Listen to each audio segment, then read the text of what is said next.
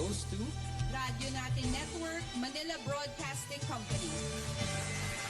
sa ngalan po ng Manila Broadcasting Company, ang aming chairman, Mr. Fred J. Lizalde, ang aming presidente, Mr. Junic Dao, taus-pusong pasasalamat ang aming ipinapaabot sa KBP. Salamat po sa papuri, salamat sa karangalan, at salamat sa inspirasyon. Yung award po na ito, inaalay po namin una sa lahat sa ating Panginoon. Pangalawa sa lahat po ng mga announcers, mga DJs po natin, mga technician, mga radio partners at mga station managers, lalong-lalo na po sa mahigit 12 million listeners po ng ating estasyon sa Luzon, Visayas at Mindanao at nasa labas din po ng ating bansa. Maraming salamat po.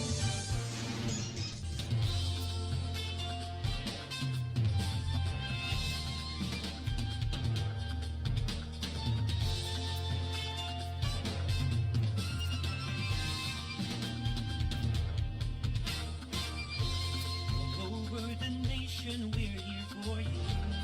Friendly companion wherever you are. Give the latest news and play the best music that you love. More than 100 stations nationwide, broadcasting live. We are the biggest FM radio network.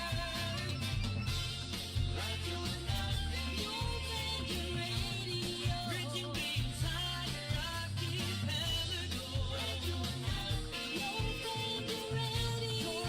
Radio Radio. Radio Natin, your favorite radio. Bridging the entire archipelago. Radio Natin, your favorite radio. Radio Radio. Radyo Natin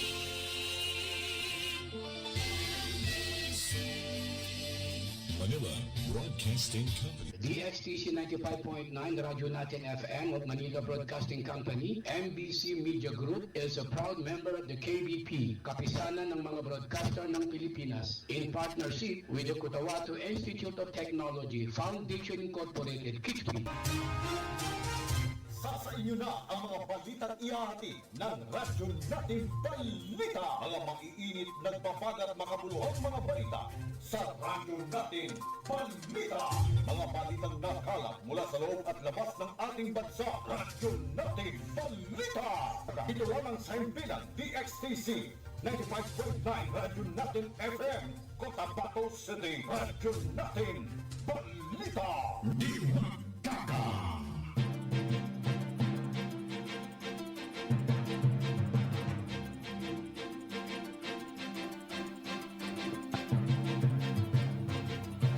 DXTC 95.9 Radyo Natin FM Cotabato City sa proud member of the KBP, kapisanan ng mga broadcaster ng Pilipinas of MBC Manila Broadcasting Company or Media Group. Itama po ang inyong mga oras sa buong kapulungan na 10 minuto makalipas ang alas 7 ng umaga. Magandang umaga Central na Mindanao. Welcome aboard sa radyo natin na balita. Sa ngalan po ng aming butihing station manager sa aming admin officer KBP license, Sir PB Joarila, sa aming news head, Miss Noronisa Mamintal Cusin. Ako po ang inyong makakasama maghatid ng mga balita sa loob ng BERMM. 12 minuto makalipas ang alas 7 ng umaga. At ngayon ay ika-5 sa buwan ng Marso 2026 at ika-15 sa buwan ng Ramadan 1447 sa Islamic Hijra Calendar.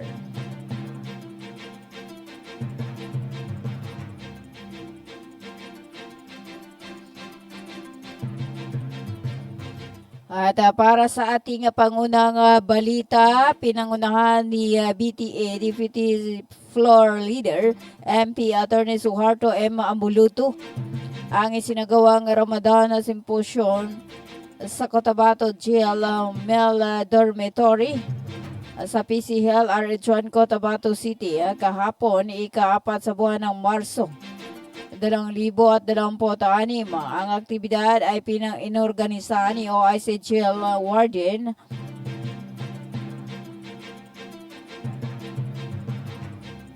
Mark Omar Sispenya II at naging pangunahing tagapagsalita si Sheikh Sagira Salindab at ang programa ay nakasintro sa Timang Ramadan, isang paglalakbay ng pananampalataya, pagmumuni-muni, pagbabagong buhay at pag-asa. Dumalo sa nasabing simposyum ang mga jail personnel, mga persons deprived of liberty, mga interns sa BS Criminology mula sa Head Start College of Cotabato at mga BS Psychology intern mula sa Notre Dame University. 13 minuto makalipas ang alas 7 ng umaga at para sa iba pa nating mga balita, ipinagkaloob ng tanggapan ni Jafar Apulo Mikaela Matalam ang 4 na airboat sa mga komunidad na madalas nabahain sa Bangsamoro Autonomous Region in Muslim Mindanao BERMM upang palakasin ang kakayahan sa disaster response. Sa klaw na distribusyon ang 3 komunidad sa Maguindanao del Sur at isa sa Special Geographic Area or SGA na pawang nakakaranas ng matinding pagbaha tuwing may malakas na pag-ulan. Kabilang sa mga benepisyaryo ang barangay poblasyon sa paghalungan na barangay Makainis, ang lokal na pamahalaan ng General Salipanda Kipindato na ata ang munisipalidad ng Ligawasan sa SGA. Ayon pa kay MP Matala, malayunin na pamahagi ng airboat na higit pang mapalakas ang mga inisyatiba sa kapayapaan at kaayusan, na gayon din ang pagpapabuti ng pagtugon sa mga emerhensiya, lalo na sa panahon ng kalamidad. Aniya sa pamagitan ng pagkakaloob ng angkop na sasakyan na pang-rescue, mas mapabilis ang pagsasagawa ng rescue at relief operation sa mga apektadong lugar. 15 minuto makalipas ang alas 7 ng umaga, nagsagawa ng area security ang Ampatuan Municipal Police Station sa pamagitan ng pamahagi ng hadiah, isang makabuluhang inisyatiba ng pamahalaang lokal ng Ampatuan sa pangunguna ni Dato Rasul Mabang Sangki ng Ampatuan Maguindanao del Sur. Layunin ng aktibidad na matiyak ang kaayusan at kaligtasan ng residente o mga residente habang isinasagawa ang distribusyon ng tulong bilang suporta sa mga Muslim na nag-oobserba ng banal na buwan ng Ramadan. Ayon pa sa mga otoridad, naging maayos at mapayapa ang kabuuang daloy ng programa sa tulong ng koordinasyon ng kapulisan at lokal na pamahalaan. Ipinakita ng gawain ang pagkakaisa, malasakit at diwa ng bayanihan sa loob ng komunidad. 13 minuto makalipas ang alas 7 ng umaga, halos 200 pamilyang Pilipino ang nakatanggap ng libreng market goods sa isinagawang Ramadan Mobile Free Market sa Barangay Talitay, Buluan. Layunin ng aktibidad na makatulong sa mga pamilyang nag-aayuno ngayong buwan ng Ramadan sa pamamagitan ng pamahagi ng pangunahing pangangailangan. Naging matagumpay ang programa sa pakikipagtulungan ng Office of the Vice Governor of Maguindanao del Sur sa pangunguna ni Ustad Hizam Nandon na nagsilbing pangunahing sponsor at katuwang sa pagsasagawa ng mobile market para sa linggong ito. 17 minuto makalipas ang alas 7 ng umaga, tayo po ay magbabalik after this short commercial.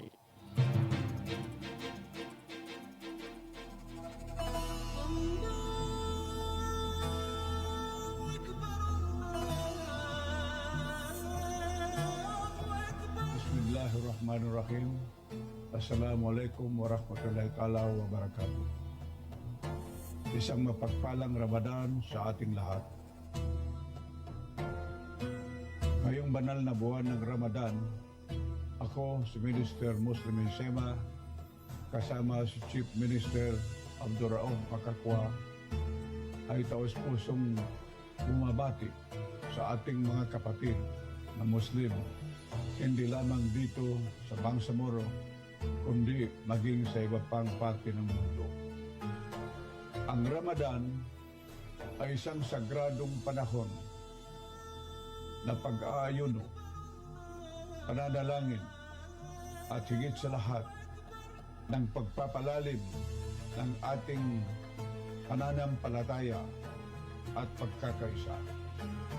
Naway magsilbing paalala sa ating lahat ang buwang ito tungkol sa kahalagaan ng disiplina, malasakit sa kapwa at pagpapakumbaba, mga pagpapahalagang patuloy nating isinasabuhay hindi lamang sa ating pananampalataya kundi maging sa ating hanapbuhay at taos-pusong paglilingkod sa bayan.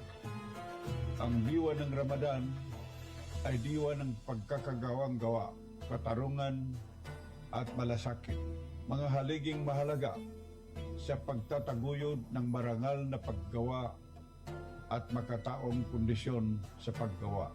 Bilang kagawaran ng paggawa at empleo ng Bangsamoro, patuloy naming pinagtitibay ang aming panindigan na isulong ang kapakanan ng mga manggagawa.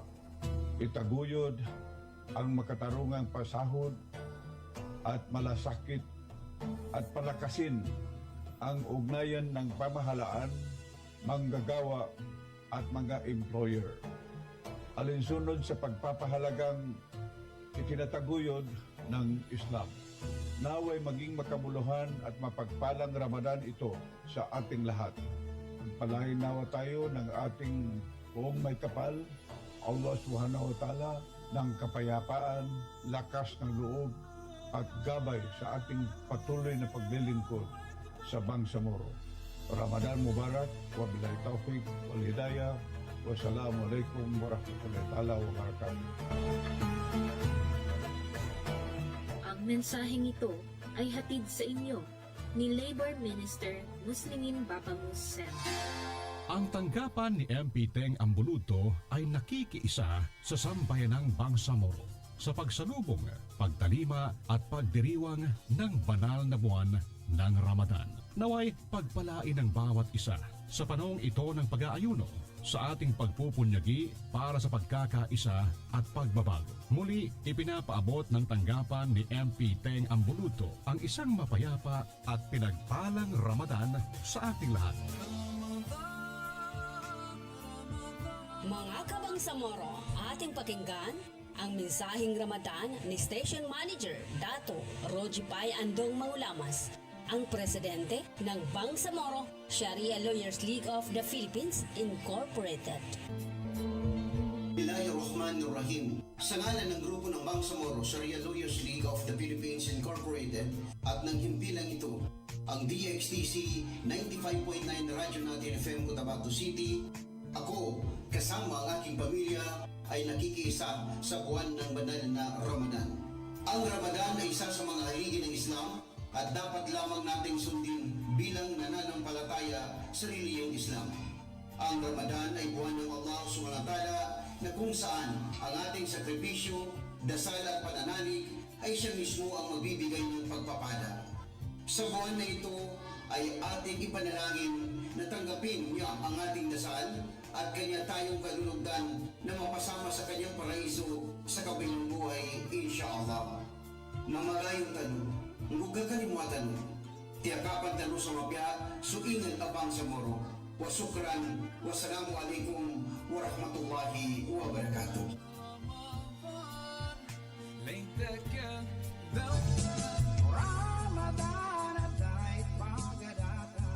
Sumapit na naman ang buwan ng Ramadan.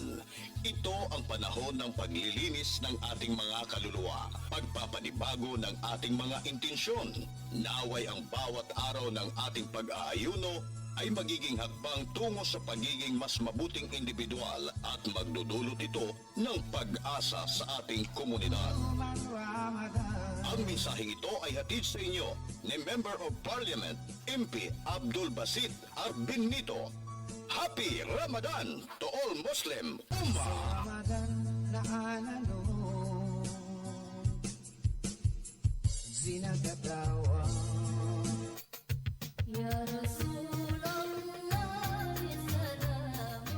Ramadan 1447 message from Ustaz Nurul Am A. Abdullah, Project Manager, Project Salang, Bangsa Moro. Bismillahirrahmanirrahim. I extend the warmest greetings of peace and goodwill to all our beneficiaries, partners, stakeholders, and to the entire Bangsamoro community as we welcome the blessed month of Ramadan. Ramadan is sacred period ordained for spiritual purification, self-discipline, and renewed devotion to Allah.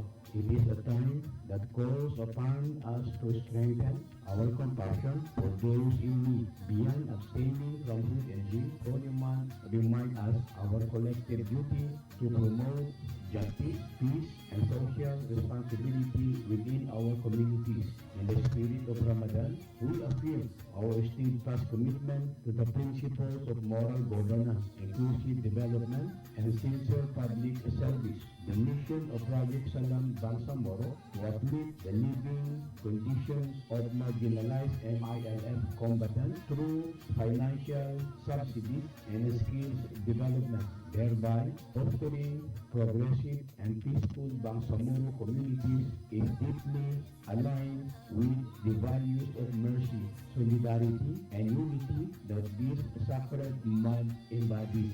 May this blessed month inspire us to carry out our responsibilities with integrity, humility, and accountability, guided by the teachings of Islam and the aspirations of the Bangsamoro people for lasting peace and prosperity. Let Ramadan be a time of reflection, reconciliation, and renewed commitment to the common good. I fervently pray that Allah grant us peace in our hearts, clarity in our purpose, forgiveness for our shortcomings, and abundant barakah in all our endeavors. May He accept our fasting, prayers, and charitable deeds, and may this Ramadan bring lasting peace and prosperity to our communities. Ramadan Mubarak to all.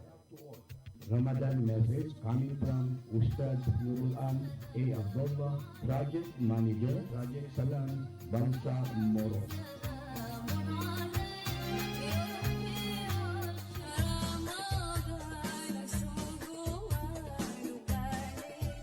A'udzu billahi minas syaitanir rajim. Bismillahirrahmanirrahim. Assalamualaikum warahmatullahi ta'ala wabarakatuh. Pazukura ko kanu Allah ta'ala kana katingguma menem sa tiempo no Ramadan. Nagosta no pantanan. Adyalamang ko sa mga pagali ko abang sa muro. Adyalamang ko sulangon no tupo no Raja Boyan di Masangkay Royal Descendants of the Philippines. Adyalamang ko sulangon no tupo datu utos sa Japakan. Raja Malang sa ingad do Raja Boyan nakinat. Do sukapadpan ang mga tupo. Langkap ng kanulangon no bala-bala apagali ko. Yata no ran bagalan nakapamagayon na yun as kita no ba niya abang sa muro. Kagkakalimwa, kasompong, no mapagisaysa no lang no tuputan no. Saki asulad na, wata na, so information officer no Raja Boyan di Masangkay Royal Descendants of the Philippines, ndulangon no kapad ang mga clan na Saki so putri, may masla utumatiman amil, putri na maning sa Raja Boyan sa Boyan, putri ako bunoda sikil bakat. Assalamualaikum warahmatullahi ta'ala wabarakatuh.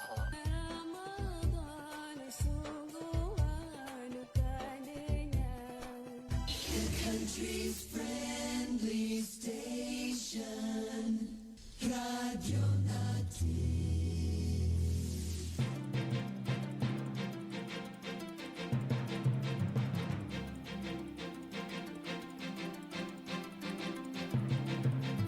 Itama po ang inyong mga oras sa buong kapuluan na 27 minuto makalipas ang alas 7 ng umaga.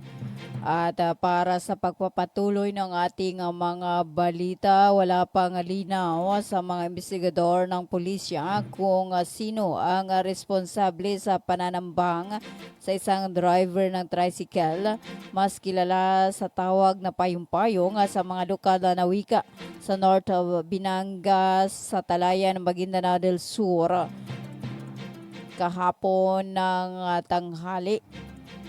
Ika-4 sa buwan ng Marso 2025, agad na nasawi sa mga tama ng bala sa ulo at katawan ng biktima si Gyabar Lagyamuda Dalgan, 43 taong gulang, dati di umano sangkot sa pagbebenta ng shabu sa sumuko sa pulisya. At nagbagong buhay na si Dalgan at residente ng hindi kalayuan sa Barrio Muslim 2 sa Gindulungan ng Maguindanao del Sur.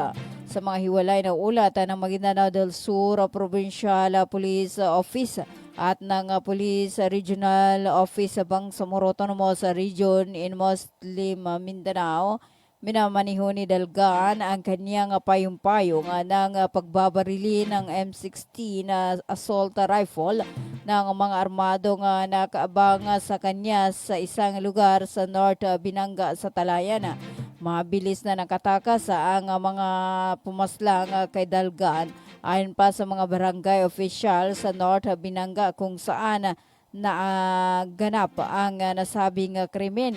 Nagtutulungan na ang mga local executive sa Talayan at ang mga opisyal ng Talayan Municipal Police Station sa pagkilala sa mga pumaslang kay Dalgan, isang etnikong Maguindanaon.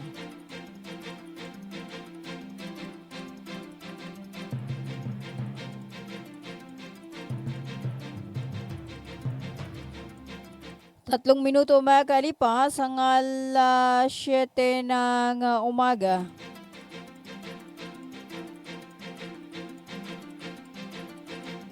At para sa iba pa nating mga balita, 5 mga inosenteng membro ng isang mahirap na pamilyang Moro ang sugatan ng maipit sa barilan ng 2 grupong magkalaban sa isang lugar sa barangay Duaminanga sa Dato Piang, Maguindanao del Sur hating gabi ng Martes. Ayon sa ulat nitong Huwebes ng mga kinaukulan, ang mga sugatan at ceasefire na mga membro ng pamilyang Asim na sina Yahya, Irene, Rowena, Ramadin at Haladin ay nagtamon ng mga tama ng bala sa kanilang mga katawan at agad namang nadala na isugod sa pagamutan upang malapatan ng lunas.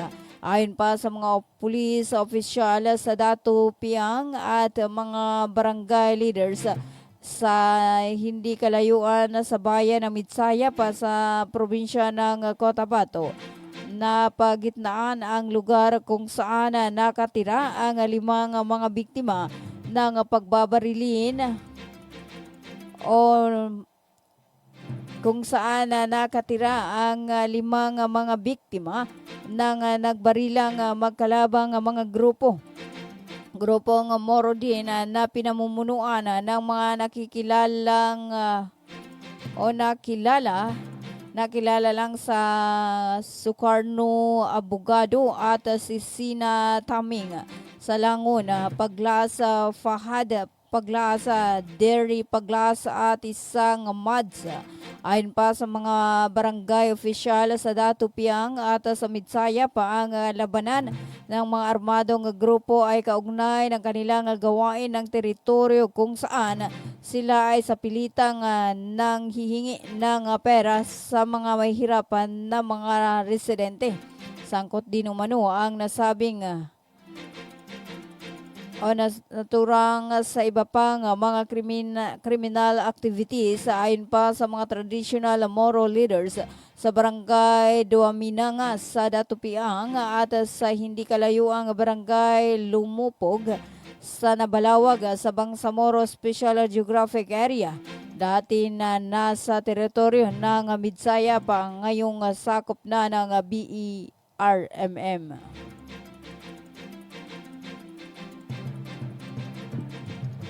Tatlumput at 3 minuto makalipas ang alas 7 ng umaga.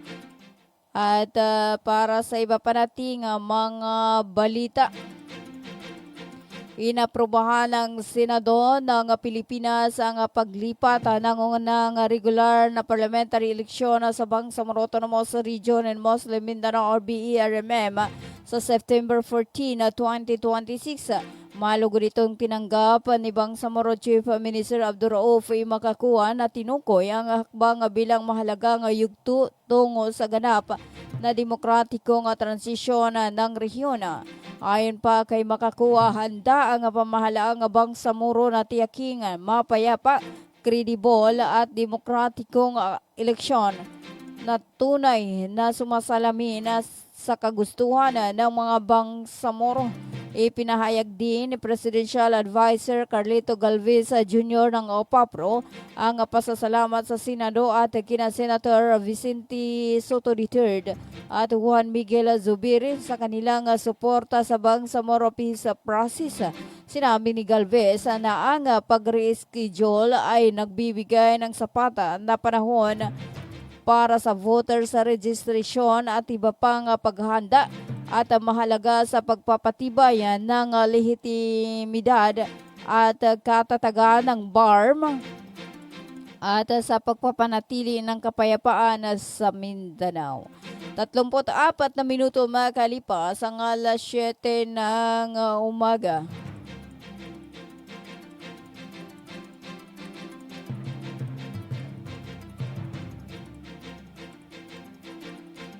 At bago ho tayo magpaalam, alamin muna natin ang lagay ng panahon ngayong araw ng Bernes. At ang ating ulat panahon ay nihatid sa inyo ng Ministry of Science and Technology, RMOST BARM.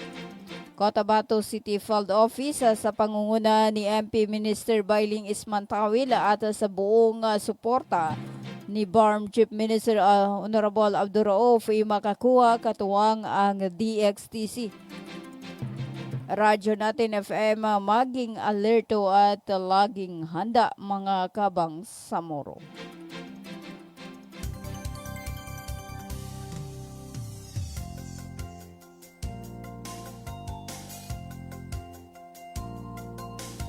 At para sa ating ulat panahon mula sa DOST Pag-asa, ang Islice ay nakakaapekto sa Mindanao.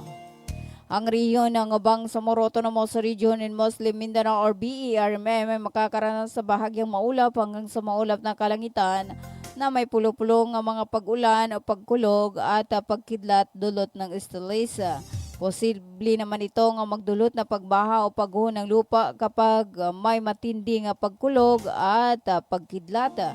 Ang kondisyon ng hangin at karagatan, ang hangin ay nasa mahina hanggang sa katamtaman na nagmumula sa hilagang silangan hanggang hilagang na direksyon.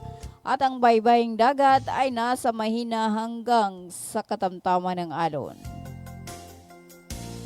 Ang temperatura ay nasa pagitan na 33.0 degrees Celsius hanggang 23.0 degrees Celsius. At yan ang ating ulat panahon mula sa DOST Pag-asa Cotabato. At ang ating ulat panahon ay inihatid sa inyo ng Ministry of Science and Technology or MOST BARM.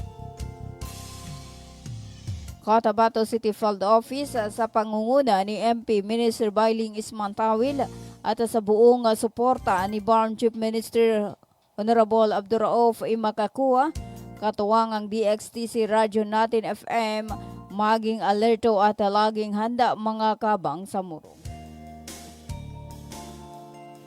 37 minuto makalipas ang alas 7 ng umaga.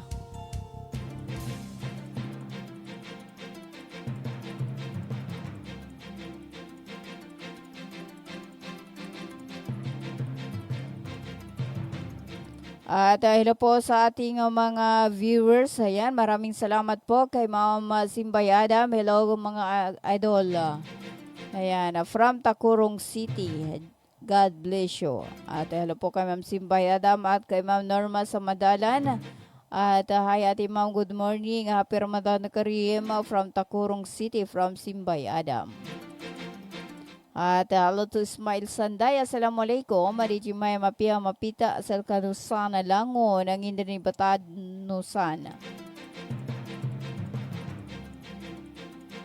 Ramadan Mubarak to all Bangsamoro. Malapit na matapos ang Ramadan from Matanog, Maguindanao del Norte, kay Ismaila Sanday.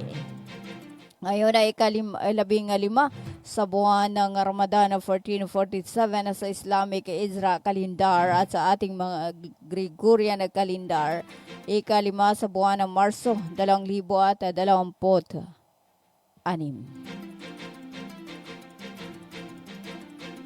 38 minuto makalipas ang alas 7 ng umaga at yan na po ang kabuuan ng ating radyo natin na balita. Sa ngalan po ng aming butihing station manager sa aming admin officer KBP license, Sir PB Jawarila, sa aming news head, Miss Noronisa Mamital Kusin, at sa aming mga media technician, ako po ang inyong nakasama, radyo natin Caroline Abbas. Magandang umaga Central Mindanao, tuloy-tuloy sa pagbabalita, tuloy-tuloy sa serbisyo, sama-sama tayo Pilipino at sama-sama tayo Bangsamoro.